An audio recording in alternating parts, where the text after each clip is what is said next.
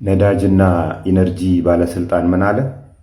በመላው ኢትዮጵያ ያሉ ነዳጅ ማደያዎች ላይ ድንገታዊ ፍተሻ አድርጌ 12ቱ የልኬት ችግር አለባቸው። አይደለም ውሸትህን ነው 12 ጤነኛ አላገኘውም ስንል ይሄው ማስረጃው። የአዲስ አበባ ከተማ አስተዳደር ንግድ ቢሮ ምን አለ?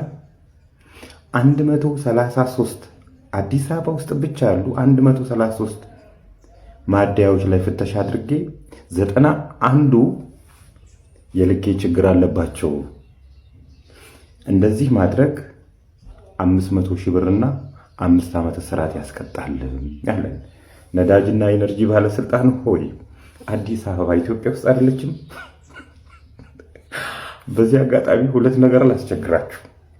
አንደኛው ከአዲስ አበባ ወደ ድሬዳዋ ስትሄዱ አዳማ ላይ ታደሰ ደበሌን አለፍ እንዳላችሁ ንግድ ባንኩ ጋር ያለውን ነዳጅ ማደያ አመስግኑልኝ። 7.6 ሚሊዮን ብር የተገነባው ባለ 2 ክፍል የመዋለ ሕጻናት ትምህርት ቤት ብዙዎችን ጉድ እያስባለ ይገኛል። በዳውሮ ዞን በ7.6 ሚሊዮን ብር ወጪ የተገነባው የአንደኛ ደረጃ ትምህርት ቤት የክልልና የዞን ኃላፊዎች በተገኙበት በዛሬው ዕለት ተመርቋል። ይህ ዘመናዊ ትምህርት ቤት ምቹ፣ ደህንነቱ የተጠበቀና ጥራት ያለው ትምህርት ለሕፃናቱ እንደሚፈጥር በምርቃቱ ስነ ስርዓት ተነግሯል። 7.6 ሚሊዮን ብር ለባለ 2 ክፍል ትምህርት ቤት ያንሳል ወይስ ይበዛል? ሀሳባችሁን አከፍሉን። እንደዚህም አይነት ሴት አለች። ይህ ወጣት ከዚህ በፊት ሳይክል ተወዳዳሪ የነበረ ሲሆን በአጋጣሚ አደጋ ይደርስበትና ሰውነቱ ፓራላይዝድ ይሆናል።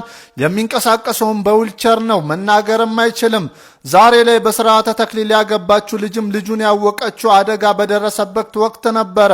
ትውቃቸውም ወደ ፍቅር አድርጎ ከህመሙ እንኳን ሙሉ በሙሉ ሳያገግም በትዳር ለዛውም በስርዓተ ተክሊል ተጋብቷል። በስርዓተ ተክሊል ያገባት ቀንም ትልቅ ተአምር ተፈጥሯል። ቃል ኪዳኑ ሲነገርም ይህ ልጅ አንደበቱ ተፈቶለት ያንኑ ዕለት መናገር ችሏል። በ91 ነዳጅ ማደያዎች ላይ እርምጃ መወሰዱ ተነግሯል። የተከናወነው በአዲስ አበባ ከተማ አስተዳደር 133 ነዳጅ ማደያዎች ላይ ፍተሻ ተደርጎ እንደሆነም ነው የከተማ አስተዳደሩ ንግድ ቢሮ አስታወቀው። 3 ማደያዎች ከመጠን በላይ በማጉደላቸው ክስ ተመስርቶባቸዋል ብሏል።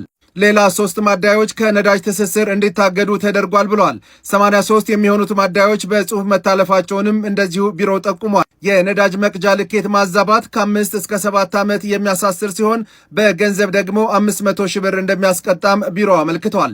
በውጭ ሀገር ለምትኖሩ ኢትዮጵያውያን ስለ አዲሱ የኢትዮጵያ ፓስፖርት ወሳኝ መረጃ ይዤላችሁ መጥቻለሁ። በርካታ ወገኖች ስለ ኢትዮጵያ ፓስፖርት ጉዳይ አንዳንድ ጥያቄዎችን ወደ ሀበሻ በመደወል ጠይቃላችሁና እስኪ አሁን ያለው መረጃ ምን ይመስላል? የኢሚግሬሽን ዜግነት አገልግሎት በውጭ ለሚኖሩ ዜጎች አዲሱን የኤሌክትሮኒክስ ፓስፖርት ምዝገባ መጀመሩን ይፋ አድርጓል። ከሐምሌ 15 ቀን 2018 ዓ.ም ጀምሮ ማንኛውም የፓስፖርት ማመልከቻ የሚስተናገደው በአዲሱ የተቋሙ የበይነ መረብ ማለትም ኦንላይን ቅጽ ብቻ ነው። አገልግሎቱም በተለያዩ ሀገራት በሚገኙ የኢትዮጵያ ኤምባሲዎችና ቆንስላ ጽሕፈት ቤቶች በኩል በይፋ ተደራሽ ይሆናል። ነገር ግን አንድ አሳሳቢ ጉዳይ አለ። በህገወጥ መንገድና የተጭበረበሩ ሰነዶች በማቅረብ ፓስፖርት ለማውጣት የሚሞክሩ ሰዎች ቁጥር በከፍተኛ ሁኔታ ጨምሯል። ተቋሙ ዛሬ ባወጣው መግለጫ እንዳስታወቀው በ2018 ብቻ 4893 ኢትዮጵያውያንና የውጭ ዜጎች በሐሰተኛ ሰነድ ፓስፖርት ሊያወጡ ሲሞክሩ እጅ ከፍንጅ ተይዘው ህጋዊ እርምጃ ተወስዶባቸዋል። ስለዚህ ጊዜያችሁና ገንዘባችሁን ከማባከን እንዲሁም ከህግ ጠያቂነት ለመዳን ትክክለኛውን ሰነድ ብቻ በማቅረብ በአዲሱ ሲስተም እንድትመዘገቡ ጥሪ ቀርቦላችኋል። በአሁኑ ሰዓት በአሜሪካ ለምትገኙ ወገኖቻችን በሙሉ አስቸኳይ የአየር ጥራት ማስጠንቀቂያ ወጥቷል። በካናዳና በሚኒሶታ ግዛቶች ከተቀሰቀሱ ከ100 በላይ ግዙፍ የሰደድ እሳቶች የሚወጣው ከባድ ጢስ በርካታ የአሜሪካ ከተሞችን እያጨለመ ይገኛል። ፎቶግራፎችን ከኋላ ተመልከቱ። የአሜሪካና የካናዳ አንዳንድ ከተሞች ምን እንደሚመስሉ። በሚሊዮን የሚቆጠሩ ዜጎችም ለአደገኛ የአየር ብክለት ተጋልጠዋል። በሚያሳዝን ሁኔታ ሚኒያፖሊስ፣ ቺካጎ፣ ዲትሮይት በአሁኑ ሰዓት በዓለም ላይ ከፍተኛ የአየር ብክለት ካላቸው 5 ዋና ዋና ከተሞች ተርታ ተሰልፈዋል። ብክለቱ እጅግ አስፈሪ ደረጃ ላይ በመድረሱ በተለይም የሳምባና የልብ ህመም ያለባቸው ሰዎች፣ ህጻናትና አረጋውያን ከፍተኛ ጥንቃቄ ሊያደርጉ እንደሚገባም የሕክምና ባለሙያዎች ማሳሰቢያ ሰጥተዋል። አሁን ባለው መረጃ መሰረት በኒውዮርክ፣ ፔንሲልቬኒያ፣ ሚቺጋንና ማሳቹሴትስ ግዛቶች ላይ ጥብቅ የአየር ጥራት ማስጠንቀቂያም ተላልፏል። እንዲሁም በቦስተን አካባቢ የሰማዩ ቀለም ሙሉ በሙሉ ወደ አስፈሪ ቡናማና ቢጫማነት ተቀይሯል። የሕክምና ባለሙያዎች እንደሚሉት ለዚህ ብክለት ለረጅም ጊዜ ከተጋለጡ ለሞት ጭምር ስለሚዳርግ በተቻለ መጠን በቤት ውስጥ መቆየት፣ መስኮቶችን መዝጋት እንዲሁም ወደ ውጭ መውጣት ግዴታ ካልሆነ N95 የተባሉ ደረጃቸውን የጠበቁ የፊት ጭንብሎች ወይም ማስክ መጠቀም ያስፈልጋል። ይህንን ወሳኝ መረጃ በተለይም አሜሪካ ለሚኖሩ ወዳጅ ዘመዶቻችሁ ሼር አድርጉላቸው። ሁላችሁም ተጠንቀቁ። አርሰናል ዋንጫ ሲያነሳ ለማየት ፕሮግራሙን ለመታደም ከኦዲጋርድ ጋር ዋንጫውን ለማንሳት አፍሪለርን የሚባለው ድርጅት ወደ ለንደን ሊልከኝ ነው። ጎስት የምትባል ሰውዬ ዋንጫውን ጨዋታ ሄጄ አርሰናል ዋንጫ ሲያነሳ ሄጄ ለንደን ነው የማየው አላልከንም? አፍሪለርን የሚባለው ወደ ውጪ የሚልክ ድርጅት ሊልከኝ ነው ስትለን አልነበር እንዴ? ወገን ስራችን ፊልድ አለው ብሎ ነበርና የአርሰናልን ጨዋታ ፊልዶኜ አላየሁትም ነበር ዋንጫ ሲያነሳና እኔ ፊልድ ላይ ነበርኩ። ጎስቶዬ ቦሌ ነው ያለው ቦሌ ነው ያንጫን ጨዋታ ያለው እንኳን ለንደን ሊሄድ እና አሰክሱን ሰውን ለማስበላት አትሯሯጡ።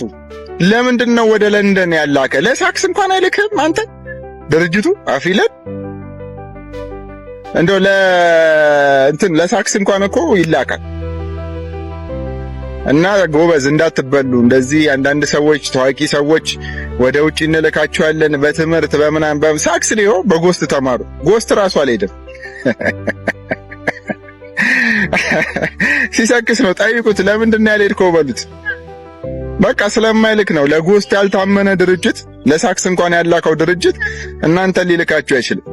ስለዚህ አሰክሱን። ባለፈው ይደነቃሲ በ500 ብር ዱባይ ልካችኋለሁ ብሎ ነበር። ከዛ መልሶ እንዴት ነው ከሀገር የወጣችሁት ብሎ ራሱ መጣ። እና የጎስትዬም ነገር እንደዚህ ነውና አትሰከሱ። አንዳንዶቻችሁ አሁን ደግሞ ማአት ድርጅቶች ወደ ውጪ ላኪ ድርጅቶች በስታቸዋል። እያየዋችሁ ነው። እንመለስባቸዋለን እና ጎስትን እስቲ ጠይቁልኝ። ሼር አድርጉት ይሄን ቪዲዮ። ለምንድነው ለንደን ሄደ ዋንጫውን ያላነሳው በሉት። ሳክሳሙላ በአርቲስት መኮንን ላከ የመኪና ስጦታ ዙሪያ በኢትዮጵያ ቴክኖሎጂና በአዘጋጅ ኮሚቴው መካከል ያለው አለመግባባት እጅግ ወደ ከረረ አዲስ ምዕራፍ ተሸጋግሯል።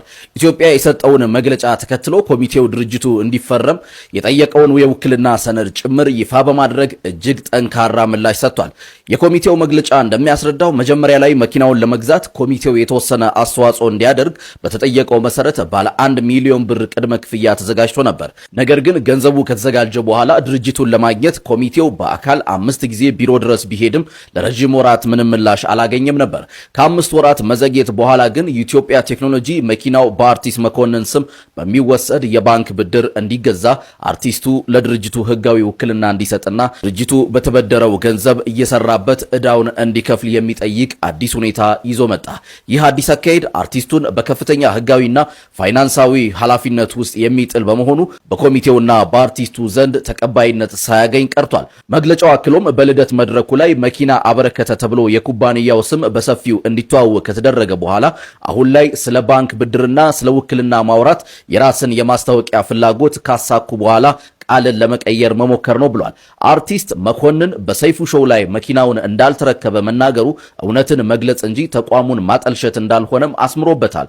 ኮሚቴው በመጨረሻም በሕዝብ ፊት የተገባ ቃል ለማስታወቂያ መሳሪያነት ብቻ ሳይሆን በታማኝነትና በተግባር ሊፈጸም እንደሚገባ አሳስቧል። ታዲያ የሁለቱንም ወገን መግለጫዎች ከሰማችሁ በኋላ እውነታው የትኛው ጋር ያለ ይመስላችኋል?